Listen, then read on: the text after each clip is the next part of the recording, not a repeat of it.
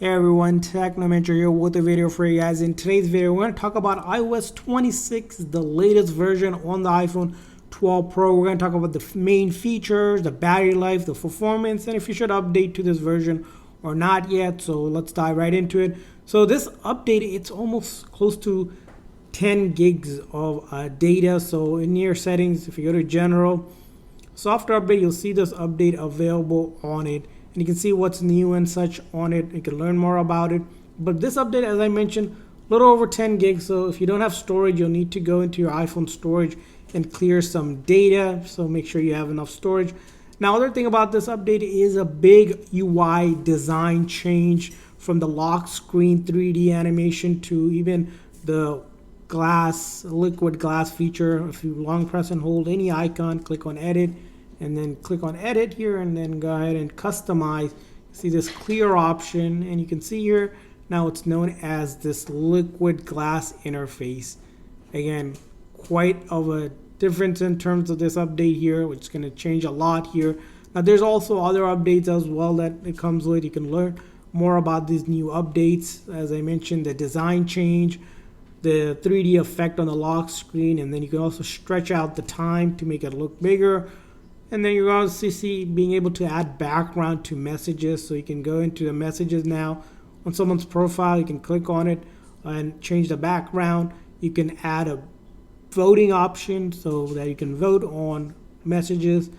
And then there's also a way to filter out unknown callers. So you can screen them where it can ask them why they're calling and you can decide to pick it up or not. And then you can also keep your spot in line if you're holding by hold assist, and then a design change for the photo app itself. So these are going to be the changes itself on the phone. Again, quite of the main changes, and there's small minor changes as well. But the biggest thing is probably the design change that can revert back once you update it. Now, you might be wondering how the battery on this perform. So good thing about the battery here, there's also a change, and it'll tell you now how long it will take to charge to 80% and 100%. Also give you a daily summary of how your usage has been. So far when I did the update on this phone, I haven't had any issues with the battery. It doesn't drain or anything. Remember, the iPhone 12 Pro is rated to get you around 17 hours depending on how healthy your battery is. So again, the battery hasn't been an issue on this. Initially, when I did update it, I felt it to be a little bit warm, but that's because of the major update. It takes time for the indexing, but after that, it seems to work fine. Now, the other thing about performance on this device is I'm seeing that most apps that you would normally run, from your social media apps to gaming apps to browsing, calling, all of that is working on iOS 26.